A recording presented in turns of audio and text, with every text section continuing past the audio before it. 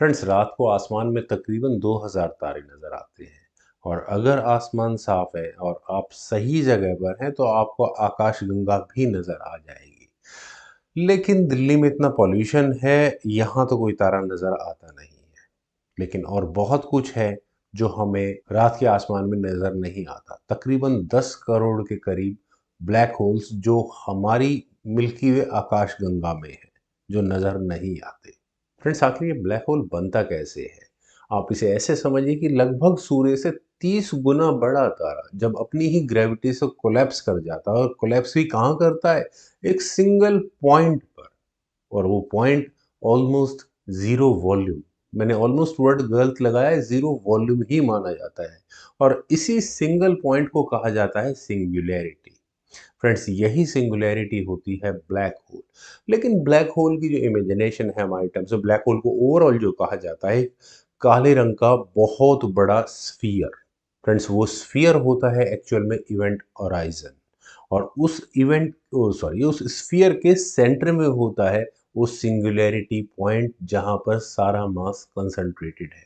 तो ये event horizon क्या है? फ्रेंड्स, इवेंट होराइजन जैसे नाम से ही समझ में आता है कि उस लेयर की, यानी कि उस स्फीयर के सरफेस के बाद होने वाले इवेंट होते भी या नहीं होते हमें नहीं पता, तो हम उसे क्षितिज मान लेते हैं जहां तक इवेंट हो सकते हैं। लेकिन फ्रेंड्स, क्या होता है उस ब्लैक होल के अंदर? क्या कोई उसमें जा सकता है, जाकर वापस आ सकता है? थियोरेटिकली तो ये माना जाता है कि ऐसा हो ही नहीं सकता। लेकिन साइंस की इक्वेशंस हमें कुछ ना कुछ लूप होल्स देती हैं उसमें जाकर वापस आने के लिए। लेकिन फिर से आज की हमारी वीडियो का मेन फोकस ये रहने वाला है कि आखिर ब्लैक होल के पास, नज़दीक या इवेंट होराइजन के नज़दीक और उसके अंदर होता क्या होगा। एग्जैक्टली तो हम नहीं कह सकते, लेकिन अपनी इक्वेशंस के हिसाब से हम कुछ अनुमान लगा सकते हैं, और इन्हीं अनुमानों को आज की इस वीडियो में मैं सिंप्लीफाइड वे में एक्सप्लेन करने की कोशिश करूंगा। फ्रेंड्स, ब्लैक होल को हाईली डेंस ऑब्जेक्ट तो नहीं कहना चाहिए। अगर हम सिंगुलैरिटी की बात करें तो हाँ, हम उसे कह सकते हैं हाईली डेंस ऑब्जेक्ट, बल्कि इनफाइनेटेसिमल डेंस ऑब्जेक्ट हम कह सकते हैं, क्योंकि जीरो वॉल्यूम हम वहाँ कंसिडर करते हैं। लेकिन सिंगुलैरिटी अपने आप में क्या है, इस पर काफ़ी डिबेट हो सकती है। पर हम एक बात तो श्योर है कि यहाँ सिंगुलैरिटी और इवेंट होराइजन के बीच में एक बहुत बड़ा गैप है। मैटर किस तरह से इस गैप में या इस रेडियस के अलोंग बिहेव करता है, हमारा वीडियो आज इसी टॉपिक पर रहने वाला है। फ्रेंड्स, इस रेडियस को बोलते हैं श्वार्ज़चाइल्ड रेडियस, और इसको पहली बार ड्राइव किया था कार्ल श्वार्ज़चाइल्ड। जहां तक रही बात सिंगुलैरिटी की, हम जीरो वॉल्यूम में मास किस तरह से एग्जिस्ट कर सकता है, नहीं कर सकता, इक्वेशंस हमें बहुत ज़्यादा नहीं बता पाती इस बारे में। हो सकता है कि सिंगुलैरिटी पर कोई वॉल्यूम हो, लेकिन अभी तक हमें कुछ नहीं पता। लेकिन फ्रेंड्स, चलते हैं अपने एक एस्ट्रोनॉट को लेकर ब्लैक होल के पास, और जस्ट इमेजिन करते हैं कि वो एस्ट्रोनॉट क्या एक्सपीरियंस करेगा। एस्ट्रोनॉट से मेरा मतलब एक्चुअल में यहाँ पर मैटर ही है। एस्ट्रोनॉट जस्ट एक समझने भर के लिए एक हम किरदार यहाँ पर देना चाह रहे हैं। फ्रेंड्स, ब्लैक होल के नज़दीक अगर कोई जाता है तो उसके बारे में दो बातें तो लगभग सभी को पता है। पहली है स्पेगिटिफिकेशन, यानी कि जब भी कोई ऑब्जेक्ट ब्लैक होल के पास जाएगा उसका स्पेगिटिफिकेशन ज़रूर होगा, यानी कि उसका नूडल की तरह खिंचना वहाँ पर पक्का है। दूसरा, इवेंट होराइजन के पास जाते जाते टाइम रुक जाता है। अब आप कहेंगे कि यार टाइम कैसे रुक रहा है? तो अगर आपने मेरी पिछली वीडियोस देखी हो तो उसमें मैंने एक्सप्लेन किया है कि किस तरह से जीटीआर, यानी कि जनरल थ्योरी ऑफ रिलेटिविटी, हमें ये एक्सप्लेन करती है कि हैवियर ऑब्जेक्ट्स के पास समय किस तरह से धीरे हो जाता है। इट मीन्स ब्लैक होल के पास, जितना ब्लैक होल के नज़दीक हम जाएंगे, समय उतना धीरे होता चला जाएगा, और इवेंट होराइजन तक पहुंचते पहुंचते समय लगभग रुक ही जाएगा, वहां समय नहीं मूव करेगा। तो आप कहेंगे यार, अगर समय मूव नहीं करेगा तो किस तरह से कोई भी मैटर ब्लैक होल के अंदर एंटर करेगा? और बात भी सही है। अगर इवेंट होना ही बंद हो जाएगा, यानी कि किसी तरह का कोई मोशन होना ही नहीं चाहिए अगर वहां समय रुक चुका है तो। लेकिन फ्रेंड्स, वहां होगा तो लगभग कुछ ऐसा ही, लेकिन सिर्फ एक मायनों में, यानी कि बाहर से देखने वाले के लिए। अगर मैं एक स्पेसशिप में बैठा हूँ और मेरा साथी एस्ट्रोनॉट ब्लैक होल की तरफ जा रहा है तो मैं उसे ब्लैक होल में जाते हुए देखूंगा और इवेंट होराइजन तक उसे पहुंचते हुए देखूंगा, लेकिन मुझे ऐसा दिखने में बाहर से ऐसा लगेगा कि मेरा साथी एस्ट्रोनॉट वहां इवेंट होराइजन पर जाकर फ्रेम्ड यानी कि फिक्स हो चुका है। एक्चुअल में ऐसा नहीं है, वो इवेंट होराइजन के अंदर पार करके चला गया होगा, लेकिन मुझे ऐसा बाहर से क्यों नजर आएगा? क्योंकि इवेंट होराइजन से वापस आने वाले फोटॉन्स नहीं होंगे और इवेंट होराइजन के बाद एज ऑफ गैस हमें पता है कि वहां से किसी तरह की कोई लाइट, किसी तरह की कोई इंफॉर्मेशन बाहर आनी ही नहीं है, तो हमें अंदर क्या हो रहा है वो पता ही नहीं लगेगा।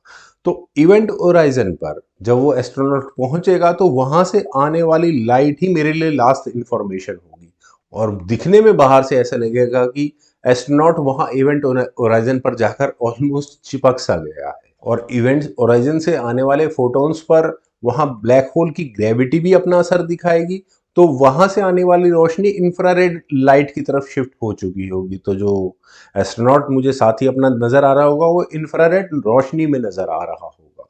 अब मानकर चलते हैं कि किसी तरह से वो स्फैगिटिफिकेशन वाले प्रोसेस से हमारा एस्ट्रोनॉट बच गया है और इवेंट होराइजन तक जाकर पहुंच चुका है और इवेंट होराइजन में वो पार कर चुका है, इंफॉर्मेशन बाहर जानी बंद हो चुकी है।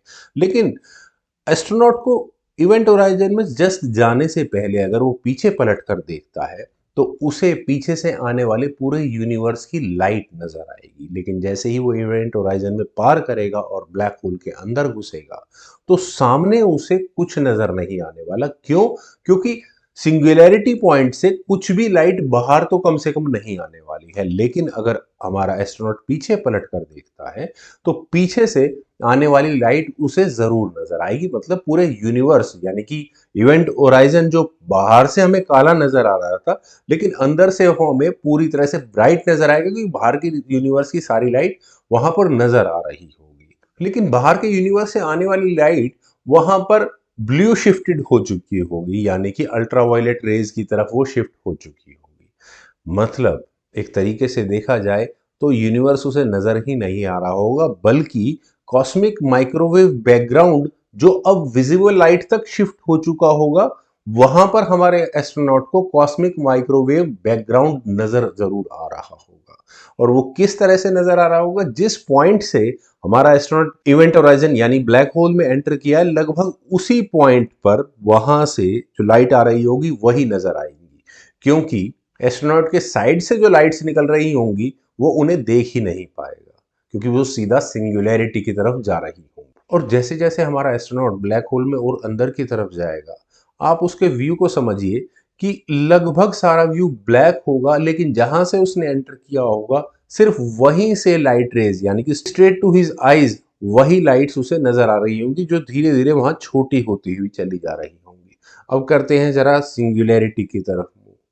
अगर हमारा एस्ट्रोनॉट ब्लैक होल के अंदर की तरफ देख रहा होगा तो जिस भी पॉइंट की तरफ वो देखेगा ब्लैक होल में उसे वहां सिंगुलैरिटी ही नजर आएगी। इनफैक्ट अगर वो सामने देखेगा तो सिंगुलैरिटी पॉइंट नजर आएगा और अगर अपने गर्दन को थोड़ा दाएं या बाएं घुमाएगा तो भी वो सिंगुलैरिटी पॉइंट को ही देख रहा होगा, क्योंकि ब्लैक होल के अंदर भी हमारा स्पेस टाइम जिस तरह से कर्व होगा वो सभी लाइंस एंड अप करेंगी सिंगुलैरिटी पर जाकर, चाहे वो कोई भी रास्ता ले। तो कुल मिलाकर जाना उसे सिंगुलैरिटी पर ही और सिंगुलैरिटी उसे फाइनली वहां पर नजर आ रही होगी।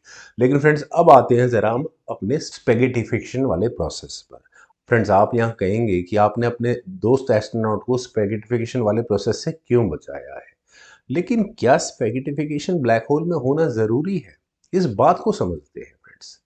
फ्रेंड्स इस बात को समझने के लिए हमें चलना पड़ेगा कार्ल श्वार्ज़चाइल्ड की इक्वेशंस पर। आप यहाँ इस इक्वेशन को देखेंगे तो radius of black hole double है mass of the black hole के, यानी कि अगर कोई ब्लैक होल जिसका मास m है उसका सम रेडियस कोई भी रेडियस है सपोज r, तो उसके मास को अगर हम डबल कर देंगे तो रेडियस वहां 4r हो जाएगा, 4 गुना बढ़ जाएगा उसका रेडियस। तो इसका मतलब जितना ज्यादा हैवी ब्लैक होल होगा उससे कहीं ज्यादा बड़ा उसका रेडियस होगा। Friends Newton's law of gravitation हमें क्या बताता है? Force is inversely proportional to the distance between two masses.